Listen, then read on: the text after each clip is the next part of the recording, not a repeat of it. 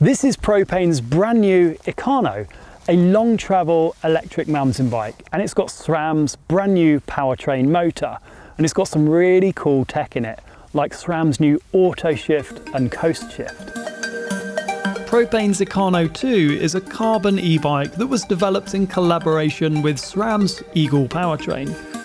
Integrating SRAM's powertrain into this bike results in a super clean, minimalist design.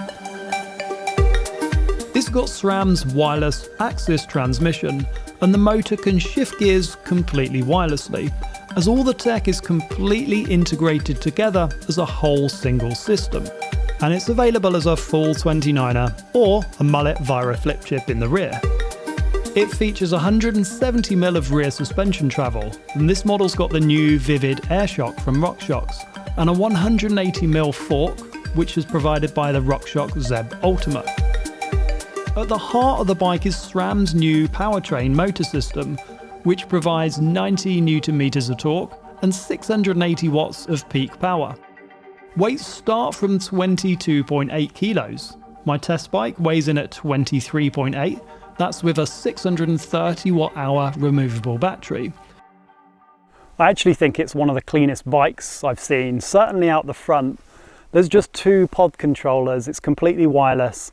There's just two cables coming out the front, the brake hoses, the front and the rear brake. There's no clutter and no mess out the front. It's a really fine looking e-bike. The down tube I think is minimalist as well, with that 630 watt internal battery that can be removed. And it will also house SRAM's range extender. And that will give you 880 watt hours of total battery, 630 internal and a 250 external. Personally, I'm a fan of longer travel e-bikes. I find the versatility of them allows all kinds of terrain to be ridden. And it's paired with modern enduro-based geometry, a 64-degree head angle, and the bike's also running a slightly longer chainstay, 453mm, which personally I'm really glad to see. The bike felt like an agile and playful long travel trail bike, rather than a downhill ploughing machine. The frame and the suspension curve allowed me to pop the bike around and get air on the jumps, and easily pop up over roots and rocks. It felt extremely lively on the trails and pretty easy going, and I found it was easier just to pop up over the roots instead of ploughing straight through. The rear suspension on this bike felt very progressive. It was sensitive off the top, but I did find it difficult to use all of the available travel at 30% sag. I guess it's good to have that little bit extra in reserve for the biggest of hits. I also think the rear suspension kinematic would be ideal for a coil shock as well, so I'd be interested in trying this in the future. I ran my bike as a full 29er. There's a flip chip on the rear linkage that will allow a 27.5 rear, so it can be set up as a mixed wheel bike as well. I didn't feel the need to try one out the back, as I was quite happy with how I was able to move the bike around. As well as the downhill capabilities, one thing that stood out is just how quiet this bike is to ride down the trails. And I think it makes a massive difference to the riding experience.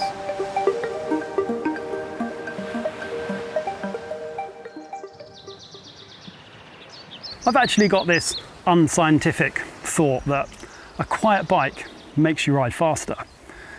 Because there's so little noise when this bike is descending, I think my subconscious thoughts are thinking that everything's okay, it sounds quiet, therefore the bike's not gonna fall to bits, it's not gonna break. I've not done any scientific testing on that, but I think that a quiet bike just makes you feel more comfortable on the ride, especially downhill, techie, rooty, rocky descents, enduro style descents. This bike I think is the quietest e-bike I've ever ridden down a trail. There's very little in the way of chain slap. The transmission spring clutch seems pretty tight on there.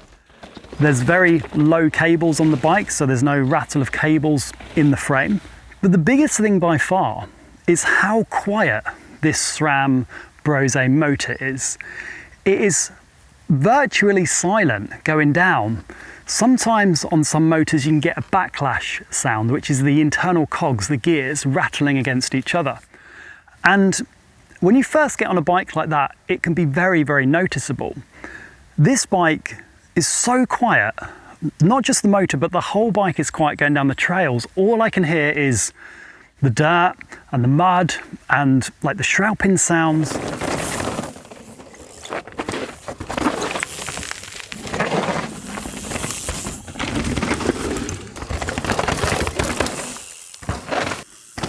It's a really nice sensory experience riding down the trail, and I know it might seem very, very small, but these nuanced differences I think end up in you riding faster down the trail because you can't hear as much noise. And I think the brain has this subconscious thing where if there's something that doesn't sound right, then something's wrong. This is so quiet and it's beautiful to ride down the trails.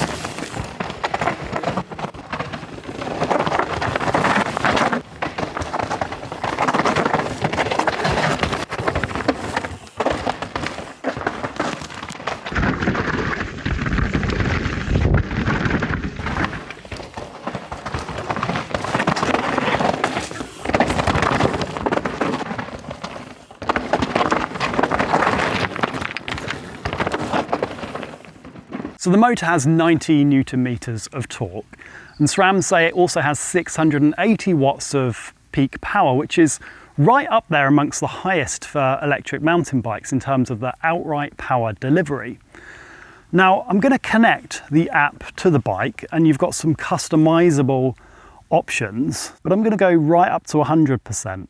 Now what that does is it monitors my pedal input, and by dialing it all the way up to the max, it means I can put in the minimum amount of pedal input, so low effort on my part, and the motor's going to deliver the maximum amount of power.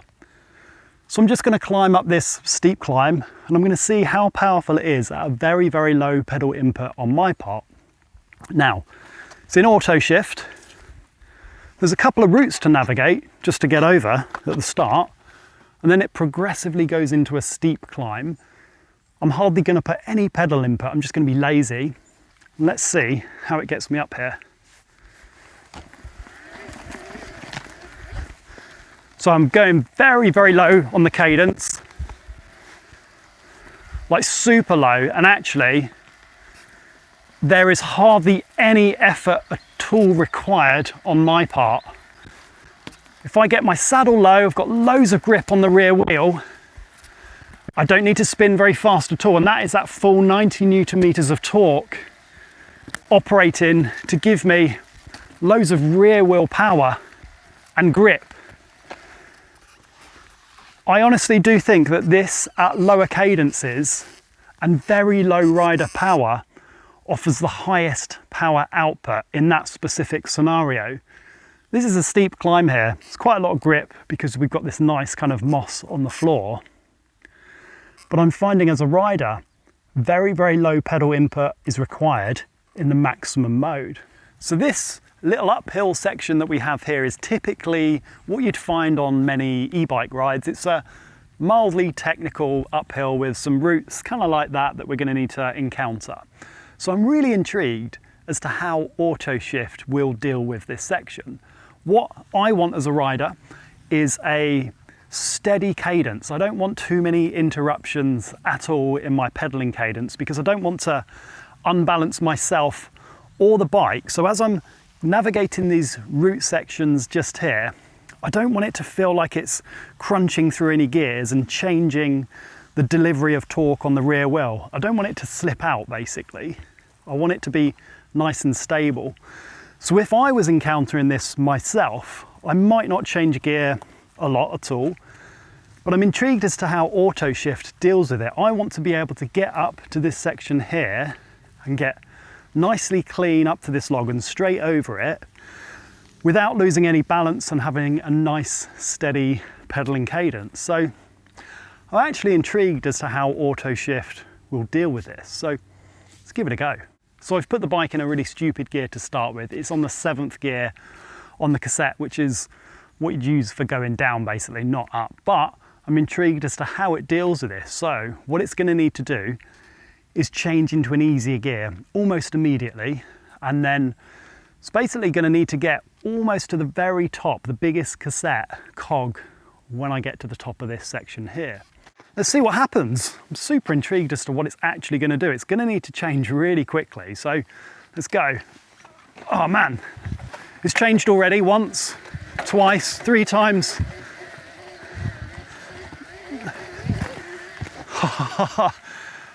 That is pretty impressive actually. Oh, it changed to the highest cog on the cassette. So it went from 7 to the biggest toothed cassette, the 52 tooth, really quickly. That was really impressive. That might actually be quicker than what I could do it. But what it did mean is that I didn't have to think about changing gear at all. All I needed to do was grip onto the bike and pedal, and it did everything.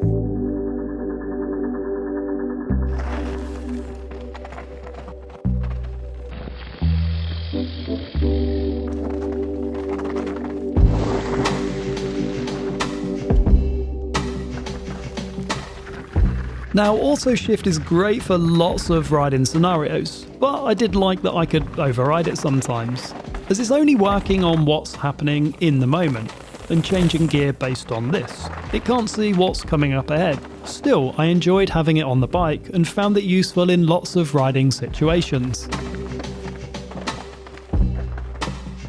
Walk assist was also quite effective at getting the bike to self-lift back up the trails. Propain spec the bike with proper tyres that are suited to the terrain that the bike's aimed at, which is great to see. My bike came with super gravity casing Schwalbe tyres, and out the front it had an ultra soft Magic Mary, and out the back a Big Betty, and I found it a great combo on my home trails. Now, SRAM are using some really cool new battery tech in terms of the cells. They're using a 5.8 amp hour cell. And what that means is the battery is a good capacity at a really decent weight. Oh, by the way, the battery's super quick and easy to take out. It's a twist turn on this battery plate, and then a Allen bolt just to remove the battery, and it's just like a couple of rotations to release it. And it only weighs 3.1 kilograms, and for a 630 watt hour battery, that's a very high energy density per kilo. In fact, it's the highest energy density battery on the market at the moment for the weight. So it's a 3.1 kilo battery, super slim profile, 630 watt hours, and this bike also can take a range extender. So if you'd prefer a bigger capacity with the range extender, it will take it to 880 watt hours of total capacity. So I want to show you how coast shift works. It's pretty self-explanatory, but it's quite impressive to see. So I'm on the biggest cassette, the 52 tooth, which is for going uphill, but I'm going to go down on this slight gradient. I'm going to do nothing with like pressing anything at all, and just let it do its own thing. And the goal with it, what it's trying to achieve is trying to get me in the best gear, so I'm not wasting any energy, spinning too fast, or I don't have to press any buttons to get in the right gear. Pay attention to the cassette and the chain rings. You'll see it move all by itself. It's pretty cool.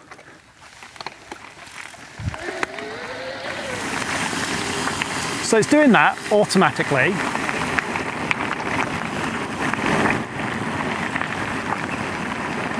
So you can always override it, but in my experience it works pretty well. Now, there are some times when I've gone into a super steep corner and it's not quite changed quick enough, so I can still override it, but it's worked remarkably well so far, making sure I'm in the right gear. And just for these kind of sections, when you get back on the bike, you're always in the right gear to pull away. So all this tech means the bike is great at going down. It auto shifts and it's quiet. When you're riding uphill and it gets a little bit steep on continued climbs, there is a noise. There's a low-pitched whir that's definitely audible, but it's not extremely irritating, but it's something that's there in the background.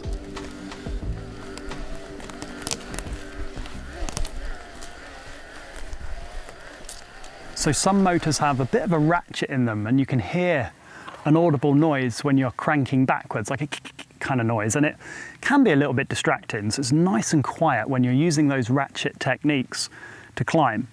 Super smooth running and instant engagement. So as soon as I start putting pedal input, I do get some tension through the chain and some drive through the back wheels, which is really cool. I do like. And there's a couple of points that I'd like to share that I think could be a little bit better.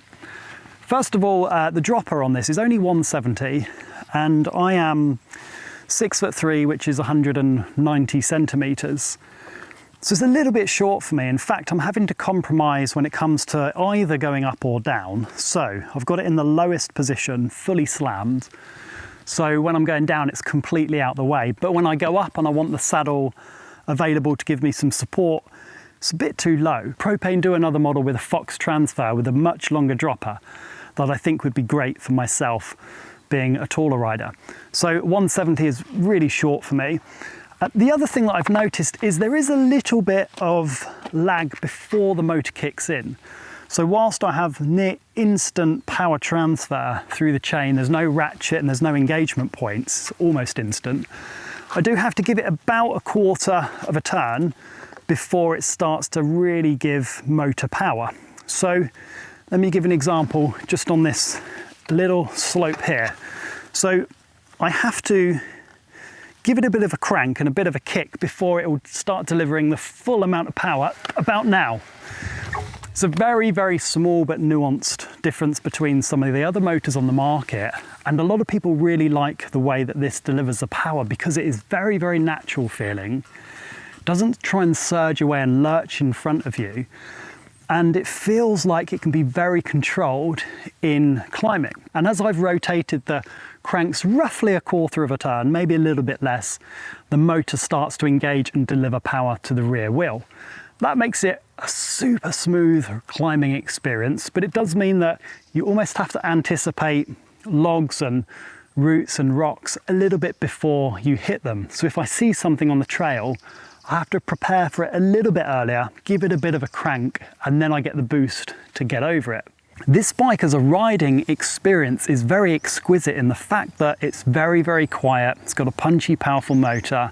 It's got auto shift to take away loads of those micro decisions that you need to make. And it makes riding an e-bike a really nice experience. This is a long travel e-bike. It doesn't feel like an unwieldy, wallowy, big rig. It feels more like an agile and nimble, playful long travel trail bike. But it's basically a long travel ripper, 180 fork, 170 rear, pretty lightweight, removable battery, brimming with technology and a punchy and powerful motor.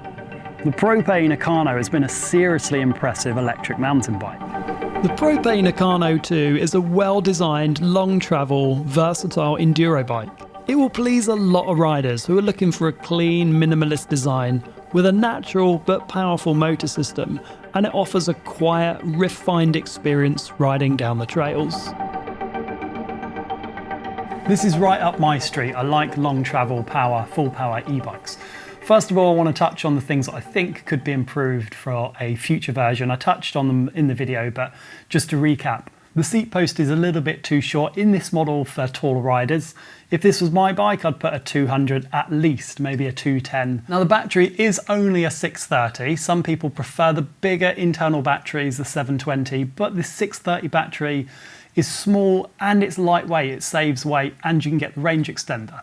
So I've been thinking about this a little bit. I don't think it's too much of a big deal having a 630 battery because you've got the option of a range extender as well. I actually think that's quite a cool compromise. You get the weight saving from the smaller battery, but you can have a bigger battery in total with the 250 watt-hour range extender as well. Perhaps some people would just like the simplicity of having one big battery, but you get the added weight with that 720. It's not quite the same energy density as this smaller battery that SRAM have made. And I touched on the motor in the video. There is a slight lag when you want the instant power. It's a very small thing, but I do notice it, and I'd like to see that pick-up time from when you first put your pedal input down. I'd like to see that improved. Personally, I'd like it instant, near instant. As soon as I put the pedal down, I want to feel that motor giving power. There is a very short lag at the moment. This is just software, so no doubt that could be changed over time. Just a really small aesthetic thing. The Brose motor is quite big, so the motor area is quite bulky. The rest of the bike looks super slimline and really, really nice and quite finessed. And then the motor area is quite bulky on this bike. And in fact, all the Pro SRAM motors have that similar kind of bulky look at the bottom. Now, there's loads of good stuff about this bike. It's long travel. It's a 180, 170, loads of travel on tap. The rear is super progressive, like really progressive. It's very, very difficult to bottom out the shock. In fact, on all of my rides, I still had a little bit of travel left out the back. Now, I wasn't hitting like massive, gnarly downhill. They were more like enduro style trails. So it's nice to know there's a little bit of reserve on tap. That means it will work really well with a coil as well. So I'd be super intrigued to try a coil on this bike. I think it would work really well with a coil. But the new Vivids worked really well. It's a bit difficult to reach the adjustment on it, especially the hydraulic bottom out. It's right on the bottom underneath the shock by the motor area. But that is almost a set and forget dial. So you're not going to be adjusting that loads, but it's a little bit fiddly to access with this shock layout on here. Now, the build spec is you get out the box, you get super gravity tyres. It's meant to be ridden hard. So it's good to see Propain have put in proper casing tyres on all of the builds. It's tested to category 5 standard, which is the highest category in the testing standard, which means the frame is going to be suitable for the most demanding of riding, which is cool to see. Not all e-bikes are. Some are rated a category 3E or 4. So the category 5 means it's tested to be able to withstand a little bit more of a beating. The frame on it is beautiful. This clear, raw carbon here, you can see the different types of carbon that they've used in some of the areas that require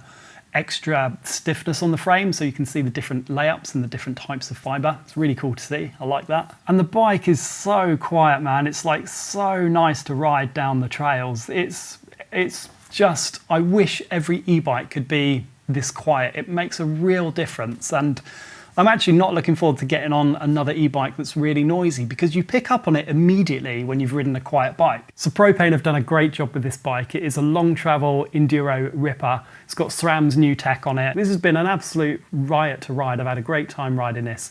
Hope you liked the video. Let me know any questions, comments or feedback and pop it down below.